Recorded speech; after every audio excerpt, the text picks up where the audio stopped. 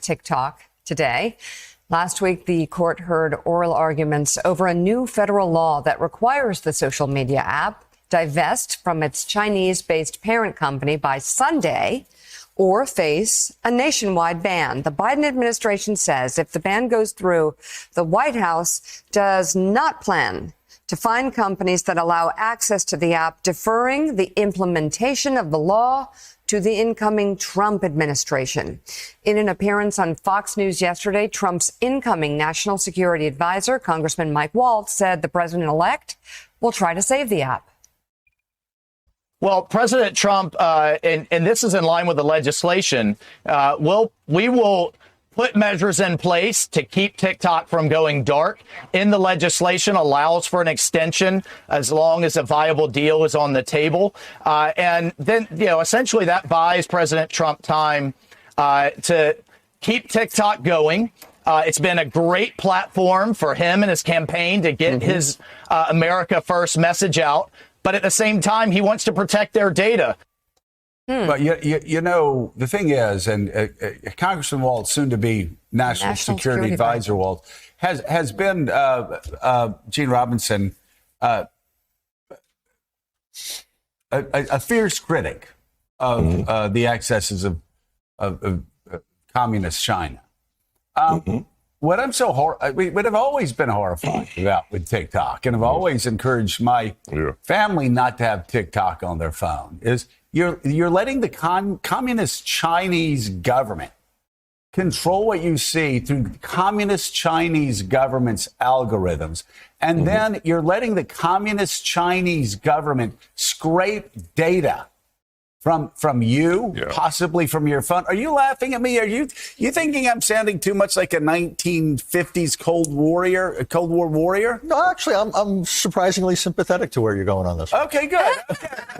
that was a mocking, surprisingly sympathetic. But I find it insane. I find it absolutely insane that there is an app out there. Where we're allowing the communist Chinese government to surveil our children, to surveil our families, to surveil our businesses, to surveil our politicians, to surveil our campuses, to surveil America. This is insanity.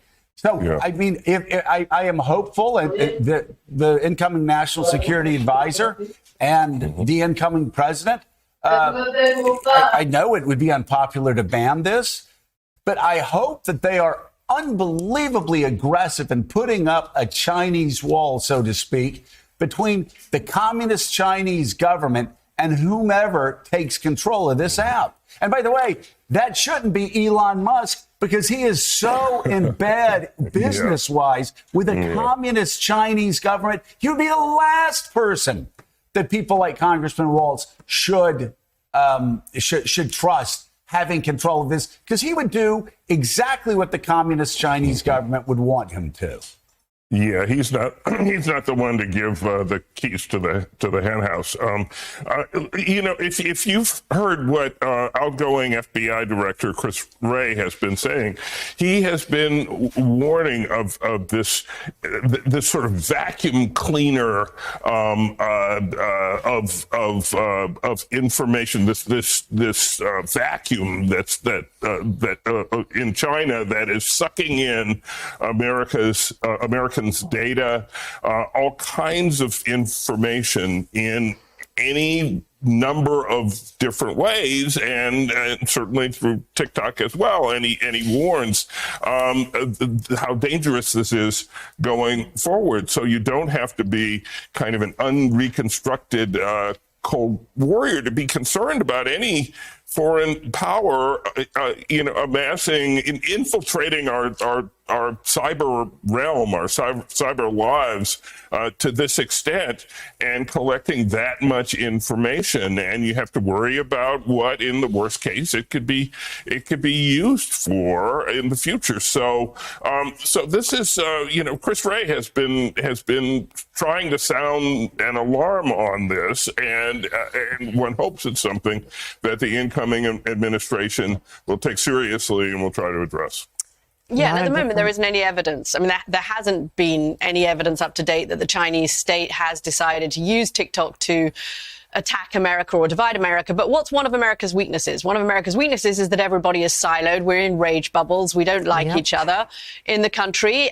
And if you can't beat America militarily, or you can't beat it economically, communication mediums are an incredibly powerful tool. Ask any regime throughout history, right? If you control communication, you can do an awful lot of damage to your adversaries. What's to say that it's not just the data they're accumulating, but it becomes a two-way street, and that's used to increase those divisions and weaknesses that already exist in American society.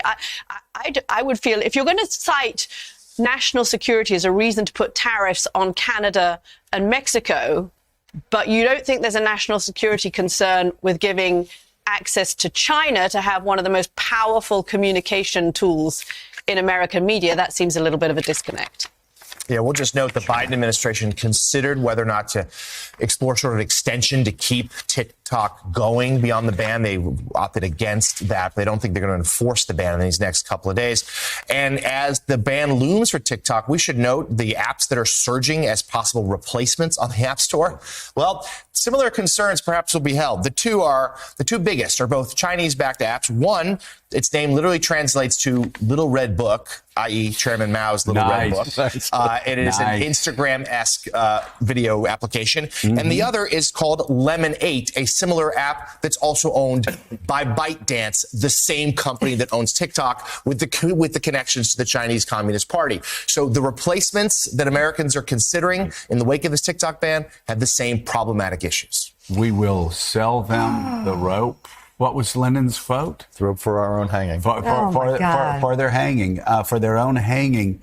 This is an extraordinarily powerful surveillance tool by the communist Chinese government. And the fact that you have politicians that aren't all standing shoulder to shoulder, providing more protections is crazy. And of course, you look at what Russia has done, and they deliberately have sent out misinformation and political campaigns to try to divide Americans. This is. I mean, people on both sides said it. You know, we're going to talk about a chairman who was stripped of his position on the Intel committee because he actually stood on the floor last term and he said, you Republicans, you're receiving Russian disinformation and you're spouting it on the floor of the People's House. So Russia has been very successful actually spreading disinformation through social media indirectly. And yet we're letting the communist Chinese government do it directly. So we're concerned about U.S. Steel being owned by the Japanese, but we're not concerned about the greatest surveillance tool on our phones in the world, like being controlled by the communist Chinese government. Like, I'm with you on that. And by the way, we're treating Japan worse than China, but that's a separate conversation here. Also, there's no reciprocity. The access that the Chinese have to American society through TikTok, you would say, would be one thing if we also had similar access to Chinese society. Right. Last I checked, we have zero access to Chinese society. My guess, though, Joe, is despite everything you said, and that's why I was laughing before, I actually think that one way or another, this is going to go through. Donald Trump likes TikTok. He has a friend who's a big investor in it. I think, the fact that you have the Chinese sending their number 2 guy to the inauguration, he wants to, in some ways, invest in this relationship with China. And he also, as you know, likes to get involved in something, jump in, and show that only he can make the deal. Right. So my prediction is, one way or another, whether it's under a separate name or something, we're going to find, the United States is going to find a way to allow TikTok, or the app formerly known as TikTok, to have access in the United States. And I think it highlights a larger thing. Owned by an American? No, I think so. The communist Chinese will still have control over our children's phones. That would be right. And I think it shows a larger thing. This administration, potentially, the new administration, is all over the place on China. You've got those who care about the Taiwan issues, the traditional geopolitics, and you've got those who are worried about the economic challenge coming from China. We've got this issue, and there's no consensus whatsoever in the administration about to take over about how to deal with China. Okay, coming up.